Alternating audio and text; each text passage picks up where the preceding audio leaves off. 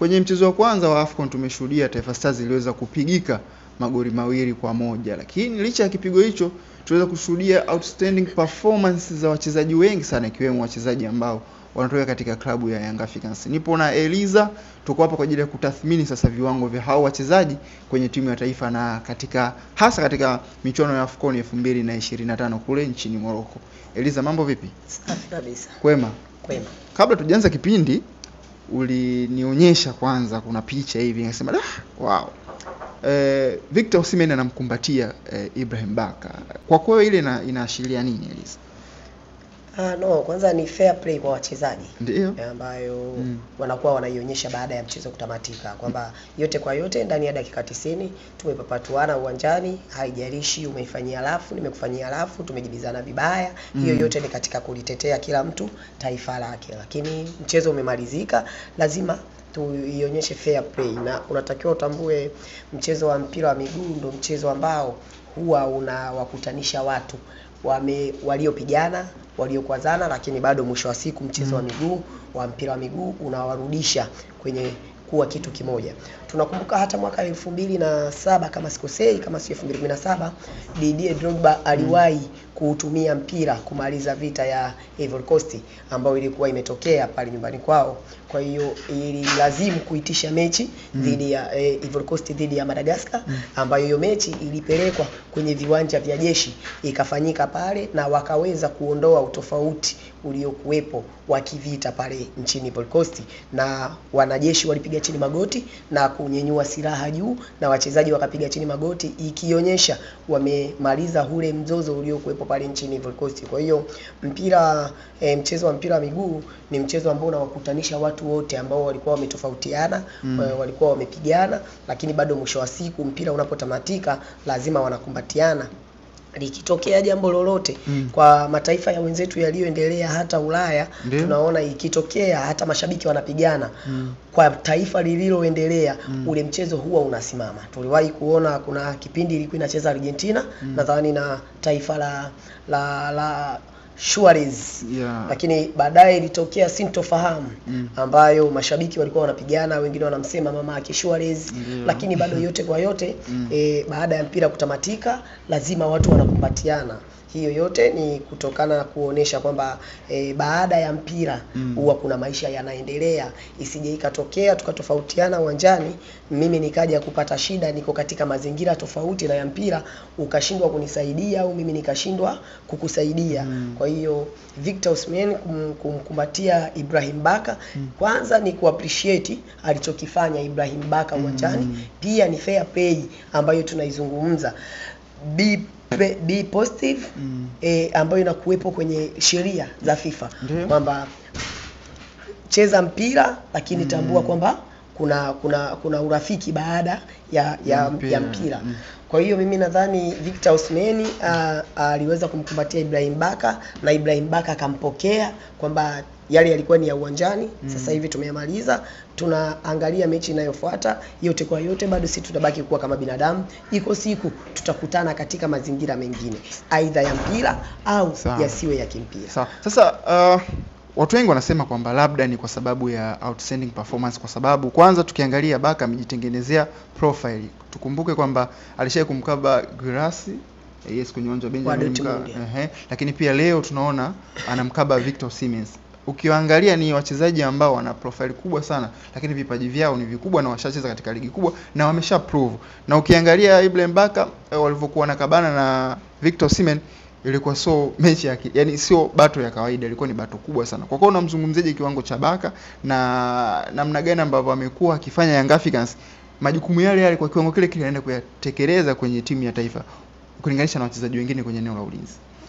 Kwanza mimi sijawahi kuwa surprised kwenye vitu vinavyotokea duniani. Naamini kitu ambacho anakifanya Baka, haijalishi ya mkabe Haaland ya mkabe Messi, naamini ni kazi yake na ni wajibu wake kufanya. Ila anakuwa anajiandaa zaidi kwamba ninayeenda kumkaba ana experience zaidi ya wale ninaokuwa na wakaba mara nyingi. Kwa sababu huyu Baka alionyesha kiwango hiki kwenye michuano iliyopita ya AFCON pale nchini Ivory Coast, na bado jina lake likabaki pale nchini Ivory Coast.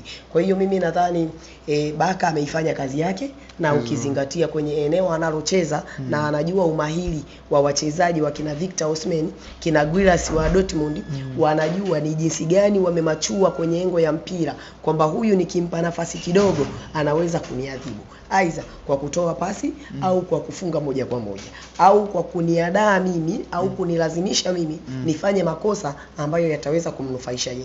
Kwa hiyo mimi siwezi kulizungumzia sana, nitaonekana kama bado yani kitu ambacho kimeishaonesha ubora wake ukawa unakizungumzia sana ni kama unakufuru. Kwa hiyo uwezo wa Baka, uwezo wa Mwamnyeto na uwezo wa Dickson Job ni uwezo ambao unakuwa unajielezea wenyewe pale wanapokuwa wamepata nafasi ya kutumikia hicho kitu kwa wakati huu. Kwa hiyo siwezi kuzungumza sana kumzungumzia Baka kwa sababu ana performance wise automatically kitu ambacho anakuwa anakifanya, anajiamini, anafuata kitu kwa usahihi, haijalishi pale inapotakiwa afanye rafu kwa ajili ya timu anafanya hivyo, anapotakiwa kukaba kwa umakini au kwa akili anafanya hivyo. Kwa hiyo mimi nadhani siwezi kulizungumzia sana kisa Victor Osimhen anacheza Ulaya, sijui Guirassy anacheza Ulaya, wakati najua wote ni wacheza mpira kwa sababu Baka ni mcheza mpira, anacheza kwenye eneo la ukabaji ambalo ni eneo la ulinzi.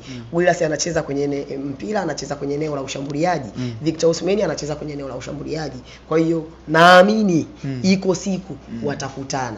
Kwa hiyo mimi sijawahi kuwa surprised na kitu chochote kwa sababu kama uko chini ya jua, kama uko dunia hii, uko kwenye engo ya mpira, ni lazima iko siku mchezaji wako atakutana na mchezaji mwingine ambaye wewe unamwamini ni wa viwango vya juu duniani.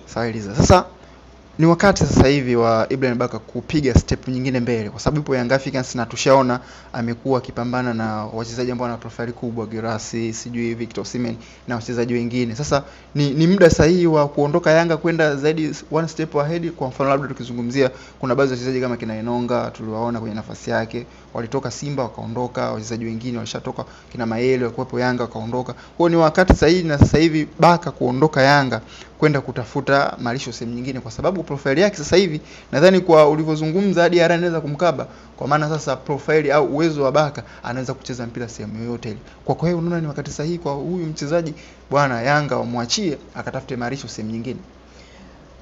Unajua ili mchezaji aweze kuondoka ni lazima kuwe na timu ambayo imeonyesha nia ya kumhitaji huyo mchezaji. Lakini kama hamna timu ambayo imeonyesha nia ya kumhitaji huyo mchezaji, hapana sababu ya huyo mchezaji kuondoka. So mchezaji anayetoka anaenda kutafuta timu.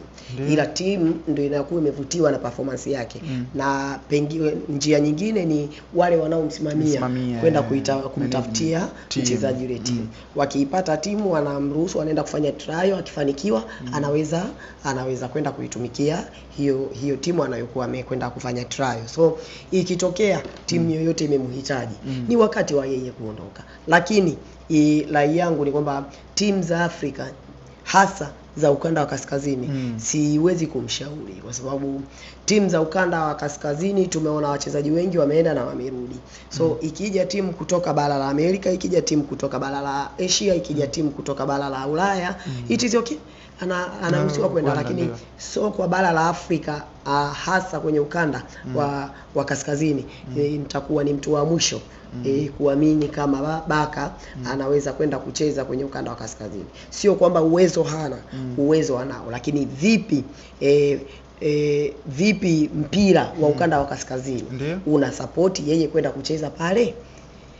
Akifika atapata namba kwa sababu umri wake bado tunahitaji kumuona akiendelea kusurvive kwenye mpira, haijalishi kwa kutokea benchi au kuanza moja kwa moja na akaonyesha kiwango kwa sababu bado tunamhitaji kwenye timu ya taifa. So vipi akienda pale Wydad akaenda akakaa benchi, tutakuwa tunapoteza kiwango kwenye engo ya timu ya taifa.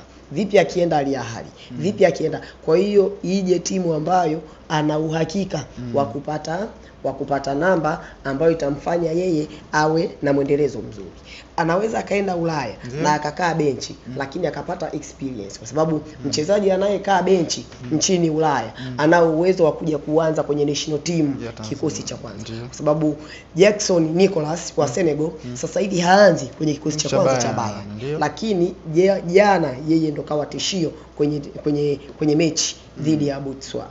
Unaangalia wachezaji wengi ambao wanacheza nje, wanaocheza Ulaya. Sio regular starter kwenye kikosi cha kwanza kwenye timu wanayocheza. Lakini mwisho wa siku wakija Afrika wanakuja wanaleta kitu, wanakuja wanapambania timu zao na wanaweza kufanikiwa kwenda hatua inayofuata. So ikija timu kwa mimi ninavyofikiria kutoka bara ninalolifikiria basi aachiwe, lakini so kwa bara la Afrika alafu kwa ukanda wa kaskazini itakuwa sio sehemu rafiki kwake kwenda kusurvive. Sawa, na tukimalizia na kuangalia baadhi ya viwango vya wachezaji wengine wa Young Africans, ukiangalia Mwamnyeto alianza jana kwenye kikosi cha Taifa Stars, sio kawaida. Jobu aliingia baadaye sababu na mwalimu akaweza kucheza na walinzi wote watatu kutoka Young Africans. Lakini ukimwangalia Mohamed Hussein naye pia. Kwa hiyo unaona ni namna gani ambavyo Young Africans imekuwa na wachezaji ambao kwenye kujilinda au walinzi ambao wana viwango vikubwa sana. Na nataka nipate sasa maoni yako kuhusiana na wachezaji ambao walobaki. Ukimwangalia labda Jobu, Mwamnyeto alianza pia, lakini pia Mohamed Hussein. Kwa kweli unatazamaje kwa viwango vya wachezaji katika mchezo wa jana? Nirudie kusema kwamba nikiendelea kuzungumza kitu ambacho wanakionyesha kila kukikucha nitakuwa na kufuru, kwa sababu Mohamed Hussein nani asiyejua ubora wake? Bakari Nondo Mwamnyeto nani asiyejua ubora wake? Ni vile hapa katikati alikuwa anapitia wakati mgumu baada ya Baka kupewa nafasi kwenye mechi dhidi ya Klabu Africain pale Tunisia. Young Africans dhidi ya Klabu Africain kuweza qualify kwenda hatua ya makundi. Ndio siku ambayo Mwamnyeto amekuwa anaingia toka nyingi. Jobu ndo amekuwa akitumika sana. Jobu alikuwa akichaguliwa sasa acheze na Mwamnyeto au acheze na Baka. Asilimia kubwa amekuwa akicheza na Ibrahim Baka. Kwa hiyo mimi nadhani siwezi kuizungumzia sana kwa sababu ni wachezaji ambao tayari wamesha prove vitu ambavyo wanavionyesha. So mpaka sasa hivi Young Africans ndio timu pekee haijaruhusu goli kwenye michuano ya kimataifa. Nadhani wako wawili, yeye na Pyramids. Na kwenye ligi ya ndani ameruhusu goli moja. So unaangalia ni jinsi gani wako makini kwenye eneo la ulinzi. Siwezi kulizungumzia sana. Eliza bwana anamaliza hivyo. Hana maneno mengi, lakini ameweza kufafanua na kuchambua kwa kina sana kuhusiana na viwango vya wachezaji, hasa Ibrahim Baka. Amesema kwamba Ibrahim Baka anamuona akicheza sehemu yoyote na akikabana na mshambuliaji wote tishio duniani. Amemtolea mfano Erling Braut Haaland ambaye tunamfahamu bwana huyu ni mtaalamu wa kufumania nyavu kweli kweli. Ni kwamba ninasema ni amezaliwa kufunga Haaland, lakini Ibrahim Baka anaweza kabana naye, ni kwa mujibu wa Eliza hapa. Mimi naitwa Nalinga Mfaume, nilikuwa na Eliza.